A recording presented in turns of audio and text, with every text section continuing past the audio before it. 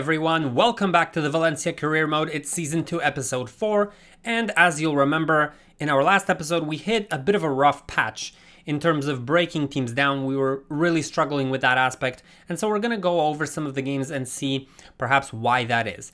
Now, there were two games that I'm not going to draw too many conclusions from. The Athletic Bilbao game was a heavily rotated squad, and honestly, we did as well as I could expect, considering. The Betis game we actually won. I wasn't too enthused, but the Ketlar came up big. What I do want to focus on is the other three games, because they all fall into the same category of games in which we have an even larger amount of possession and where we have to break teams down who are just stubborn, either in a low block or really aggressive with their interceptions. So we've got the game against Getafe here, and we lost that game in the dying moments 1-0. And you can see how heavily we are in terms of presence in their final third. We were pummeling them. We have 64% possession in this game. There's periods of the game where we have in the mid-70s, and we were manipulating the ball around their penalty box, but we just couldn't get clear enough chances. And that's the first point I want to make, because if you look at the stats, we had a number of chances in terms of shots, but they weren't good enough. We weren't creating 100% opportunities, and that's why our expected goals is only at 2.5. So one of the questions we're going to have to address going forward is, how can we create better, more clear 100% opportunities? When we look at the game against Steaua Bucharest, we had enormous amounts of possession, even more, 67% possession. If you look at the heat map, I mean, that left-hand side is just lit up. The first half, I've never had a half like this where I've had consistently 70 plus possession. It's insane. And there were parts in the second half where we tightened the screws and we had 79. Then we got deflated because we lost that goal against them. But if you look at the stats, this was a different kind of problem because we weren't creating enough chances. We only had 6 shots. And part of the reason is because they were quite aggressive in their interceptions. They had 17 interceptions and we only had 86% passing accuracy, which is terrible for a Cruyff 3-4-3 diamond. We did not do good this game at getting that through ball, that final killer ball in there. So that's another question we're going to have to ask. How do we create space and get our most creative players on the ball so that they can play that final ball in?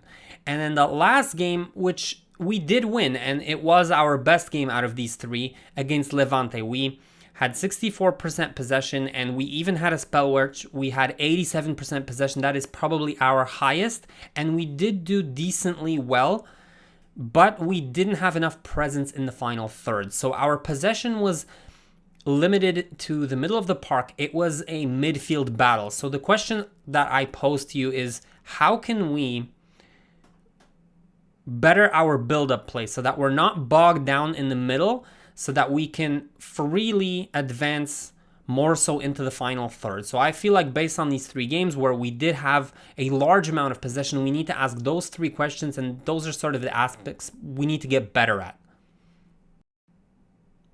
All right, so now let's get down to business. First off, let's have a quick look at the league table here. We are 4th, so we are meeting our goals, and we're scoring 22 goals, so that's the most in the league. We're also conceding the most, at least out of the teams in the top half.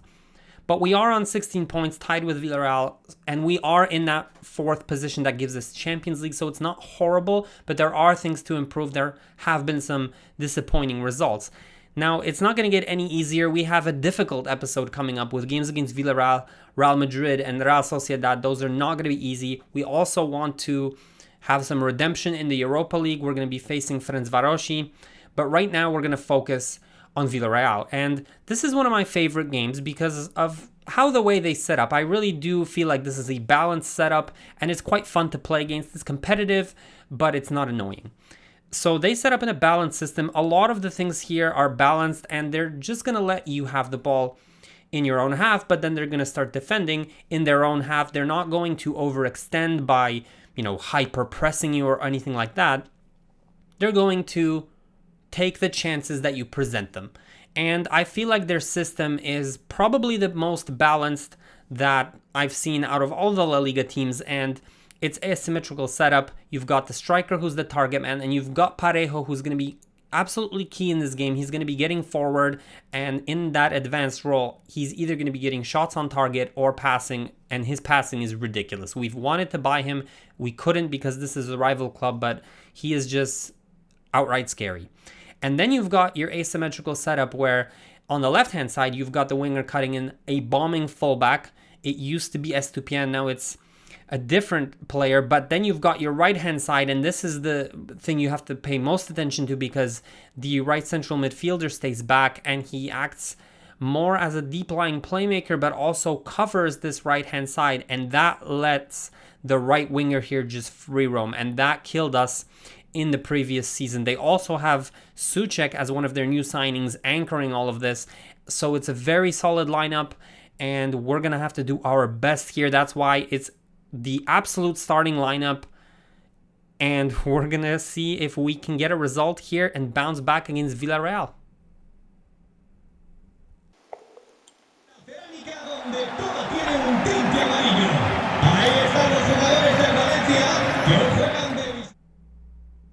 We started this game off against Villareal on a completely positive note. The passing was crisp, the movement was there, everything was perfect, and we were playing some scintillating one-touch football here, guys. Look at this. There's a number of passes, a layoff here for Virman, who takes it one time and he puts it in the back of the net, guys. Within the first 5 minutes, we're up 1-0, and you bet the manager's happy. That's exactly what I want to see, and we continued this good play.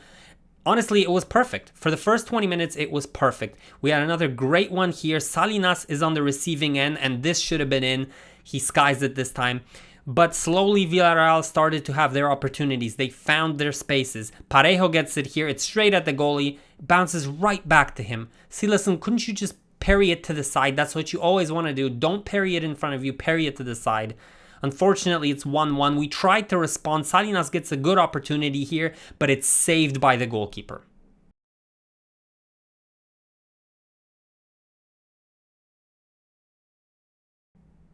Villarreal's short post routine caused us a number of problems here to start the second half. It was pretty good. The short passing was on point, and Silason had to make a couple of good saves. But finally, we regained our footing and started to play a really good second half.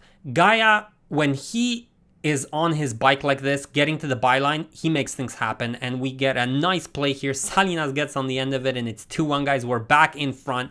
What a goal, and as usual, Salinas' position is just impeccable. So we're up 2-1, but slowly, it's Villareal starting to get the initiative back, and like I said, they're always going to have their opportunities, and Parejo was just killing us with these ability to pass like this, right in between two guys, perfectly placed, and it's finished 2-2. And Villareal continued to pressure us. They got some decent opportunities. We did actually pretty well defensively, but they managed to get a few chances like this. Silason was on point for the most part.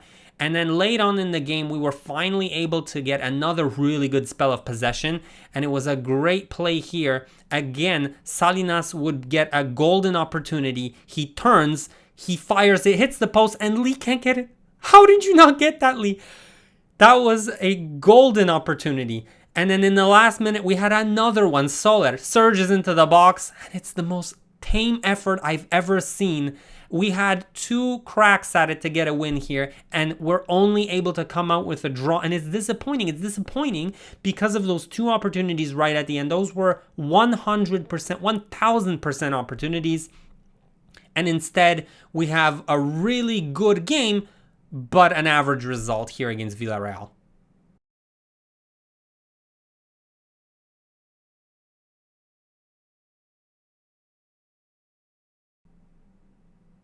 Alright guys, it's Europa League time. Here's the group stage so far.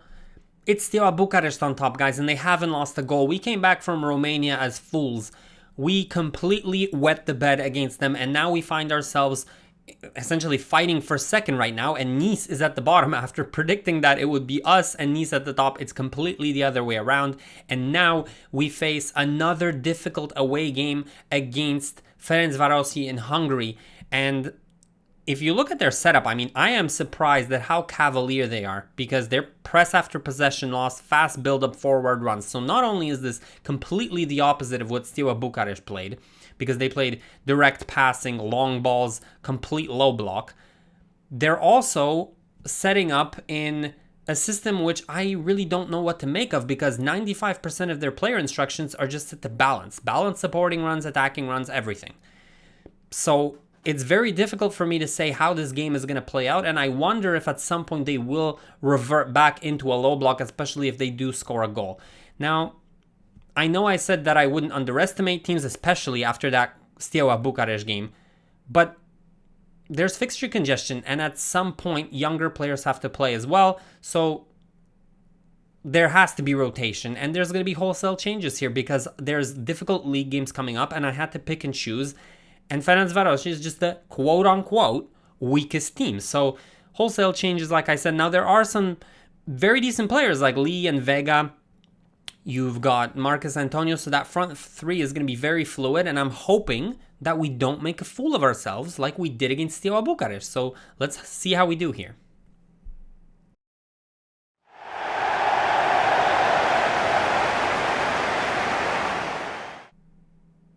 This game against Ferencváros was really frustrating, guys. We couldn't get anything going.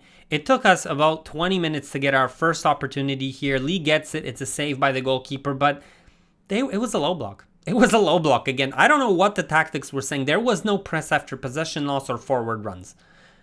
It was basically counters like this. That's all. That's exactly what Ferencváros were doing. They were getting their opportunities where they could, but it was a low block. And it was very frustrating to play against because everything was either blocked or intercepted. I mean, it was chance after chance. We had good possession. And we were trying to make things happen, and it was just block after block.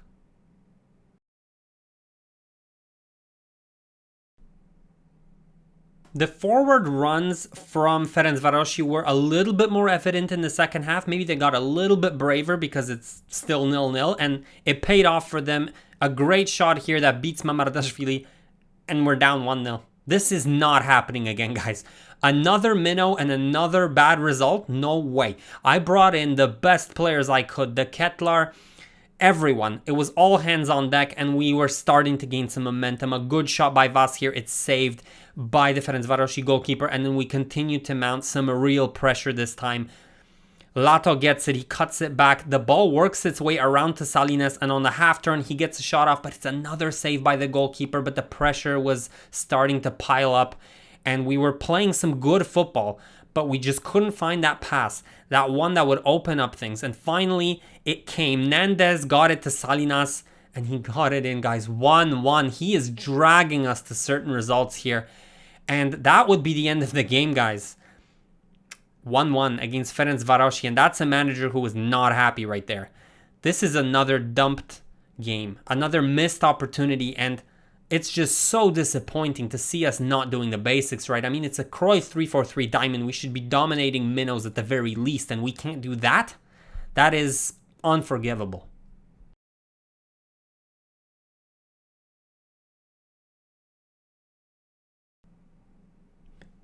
Guys, 1-1 against Ferencváros, really, that's the best we can do. That's beyond disappointing. We have to bounce back. We have to rectify this immediately. We have a home game here against Celta Vigo, and this is going to be crucial because we need 12 home league wins for that brand exposure goal.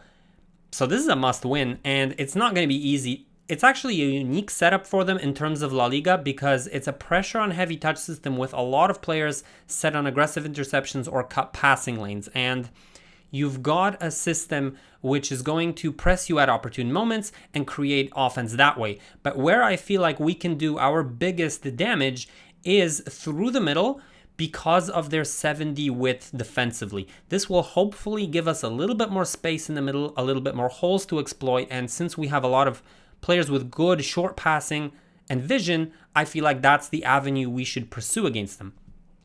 Now, like I said, this isn't going to be an easy game. They set up in a 4-1-2-1-2, and the two biggest things to note in this system is their two strikers. One of them always drifting wide or dropping into the midfield, so he's always that linker, and then you've got the other one playing off him. either getting in behind or dropping into the midfield when the other drifts wide. So it's a very fluid system up there. And then in terms of the midfield, you've got that player playing as CDM, cutting the passing lanes and then getting the ball back and laying it off to more creative players, and then they all launch their attacks from there. We're going to go with our strongest possible lineup, given whoever we have fit enough to start, and we're just going to try to make sure that we bounce back here and just at least have a good performance at home against Celta Vigo.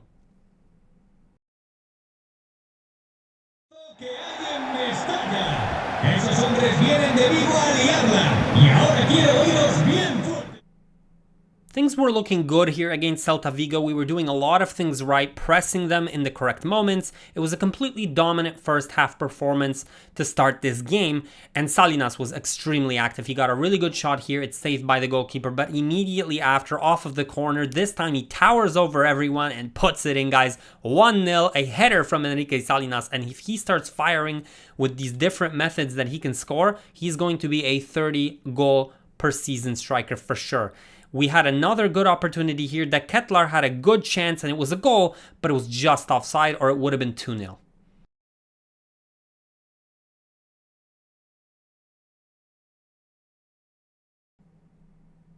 We were coasting and we continued our momentum from the first half right into the second. We had a great opportunity here for Wiedemann, and honestly not sure how the goalkeeper pulled off that reflex save. And everything was going smoothly until Martinez came on for Celta Vigo, and it changed the whole complexion of the game.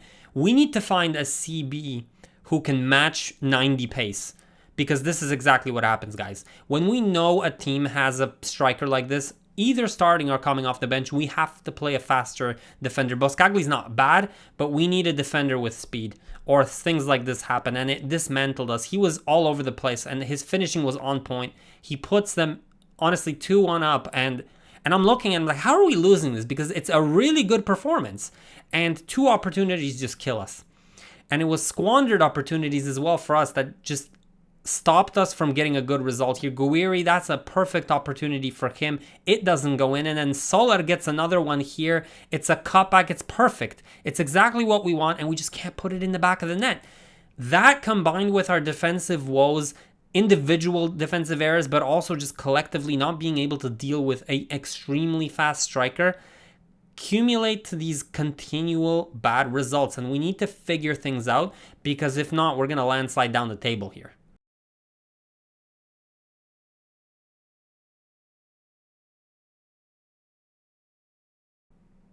Okay, so that makes 3 games without a win, and now we face Real Madrid at the Santiago Bernabeu. So this is going to be probably 4 games without a win, but we have to try at least. It's a very good system from Real Madrid. You've got a balanced system that favors the slow build-up possession, but they're right in your face with a defensive depth at 80, and they're not going to let you play out comfortably. They have all the personnel they need to make this work, and the most dangerous part of this system is the dynamic between Benzema and Vinicius Jr., because Benzema is the perfect false 9. He's going to be holding up that ball and bringing others into play, and the main beneficiary of this is going to be Vinicius Jr. just torching you, getting in behind with that pace. Valverde is also a right winger who's going to be free roaming, and he's going to have a lot of space to do so, and then Isco is dropping back and spraying balls as that more deep lying playmaker. It's very dangerous, and we're going to have to throw a curveball, guys. We are going with a 4-3-3, the version that Cruyff created, and the main reason for this is to have a little bit of extra solidity at the back. I need that extra CB to make sure that Boscagli isn't scrambling over to get to Vinicius Jr. Mosquera or vice versa is going to be able to cover, and we'll have an extra passing option at the back so that we can hopefully deal with their aggressive 80 depth defensively. So other than that, we don't have the ideal lineup. This is going to be one shambles of a game. We've got Lata on left back, we've got Coindredi and Moriba in the midfield, and I'm completely not comfortable with that, but that's what we have, because I tried to get that win against Celta Vigo, and this is what's left. We have to do our best here, and I feel like the way this game is going to play out is we have to survive the first half. And then if we do, I might change the system and bring in Soler and Wiedemann. And then once we have those prime midfielders, then we can try our 3-4-3 Cruyff diamond and try to maybe get something out of this game. We'll see. It might be over at that point, but we're going to see how we do for the first half and then try to react in the second. Estadio Santiago Bernabéu. Ahí están los jugadores del Valencia que juegan de visitantes. Guys, this is the first time this series where I truly had to set up in a way that I didn't want to in order to be pragmatic and not get pummeled.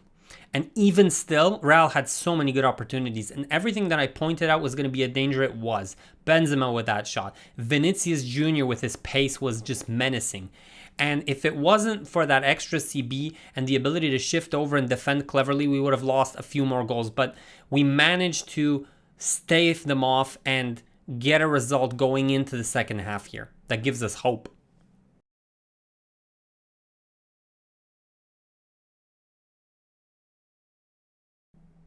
Alright, it's time to do what I said in the pregame. Change the system. 3-4-3 Cruyff diamond, bring in Soler and Wiedemann, have that great midfield, and try to have a go at Real Madrid. And this is where the fun begins, guys, because we actually did quite well against Real Madrid at the Santiago Bernabeu. De Ketelaere gets it here. He turns, shoots, it's the post. What a golden opportunity.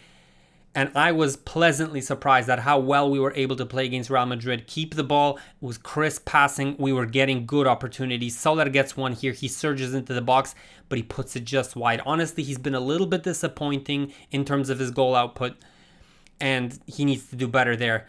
Eventually, Real Madrid found the holes, and I knew they would because there is some to be had without that extra CB. Benzema gets it here. Silas makes the save. Right off of the resulting corner, they play it short, and I hate short corners. Hazard gets it, and he doesn't need a lot of room. It's just a teeny amount of space. Outside foot shot, it's in the back of the net, and we're down 1-0, guys. And probably it should have been more because they got this opportunity next. Honestly, this is a 3-against-1. It should have been a goal. They hit it from distance. It's a crossbar. Somehow we're in this game still, and we give it our all. We press them as high up the pitch as possible, and we get the ball back. We play as well as we humanly possibly could against Real Madrid, and we actually got good opportunities. We held the ball. We did everything correctly, and we have a golden opportunity here. Moriba gets his first shot blocked, then he gets a rebound, and he volleys it just wide. That was a great opportunity. And then in the final moments of the game, we press Real Madrid. We throw everything but the kitchen sink at them. Everything. De Ketelaere gets it here. He turns, shoots. Courtois makes a save. He's such a long and athletic goalkeeper. He was getting everything. Then we have a corner. It's our last opportunity, the very last one. De Ketelaere throws it in. We don't do this a lot. It's a header by Nandez, and Courtois gets it. On top of everything, on top of all the luxuries Real Madrid have, they have a long athletic goalkeeper who keeps them in this game and gets them the 1-0 win, and we just couldn't pull it out of the hat. But it was a good game. Honestly, we did well in that second half against Real Madrid, and we kept to the game plan, and we just couldn't get it done, and this is 4 games without a result now.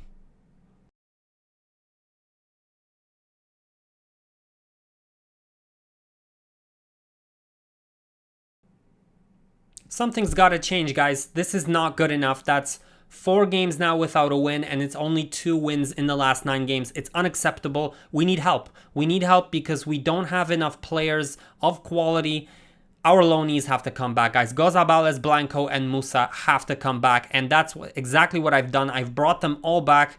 They'll help in the Europa League. We'll have a little bit more quality in the midfield and in those winger positions because I feel like I'm forcing players to play certain roles right now.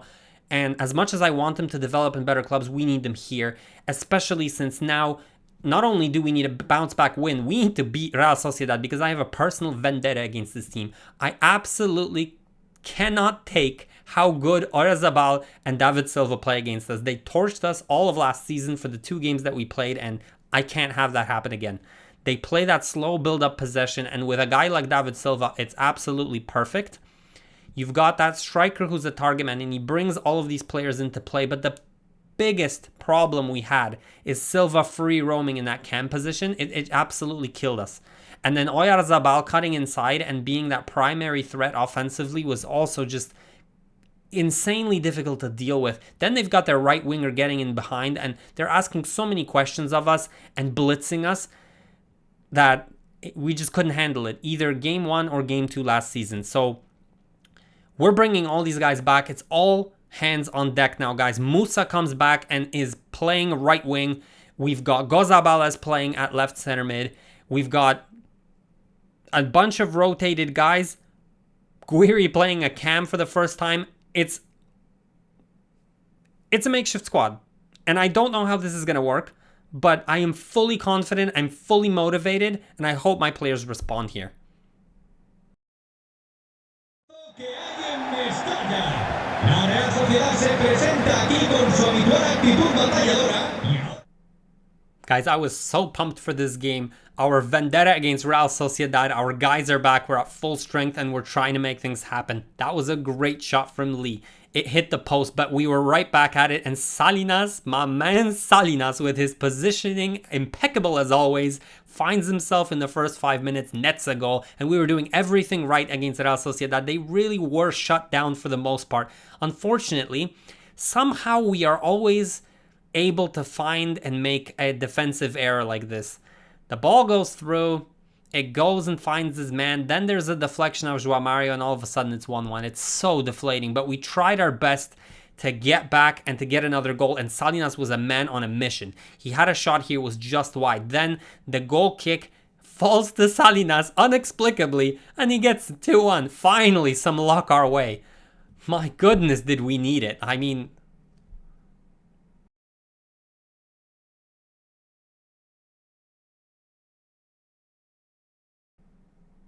that goal from Salinas was an absolute godsend. It was a load off my mind, and it put the pressure off us. We were able to get wind in our sails and just play so much more free. We terrorized Real Sociedad throughout the second half. Salinas gets it here, puts it just wide, but we were all over them. We weren't letting them have the ball and play the way they wanted to. We were dictating play. Salinas, great hold-up play here. A clever pass in for Guillamon. Guillamon, of all people, with a goal like that from distance. I mean, I did not expect that. That was amazing. But unfortunately, more individual errors. That was an atrocious header. Oyarzabal gets it, plays in Neto, and it's 3-2, guys. And I'm thinking, no way. No way is this happening again like this. There's no way I can give up this lead yet again. We put everything into this game. And my guys, motivated, will not be deterred. And we had a great opportunity. Good passing here. And who do you think's on the end of it? Salinas. And he smashes it in, guys. Yes! 4-2. We are not letting this game slip.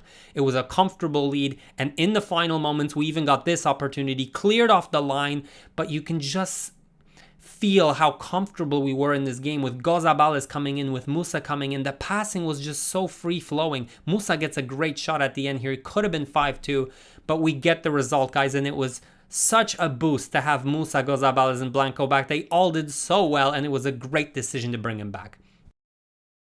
I want to give a shout out to everyone who supports me on Patreon. Thank you so much, LaShawn and Tristan. If you do want to support me, especially if you want to see more of the rule set, supporting me on Patreon will help me dedicate more time to both the rule set and content creation. But in general, if you did like this episode, please leave a like, subscribe, and I will see you next time, guys. Laters!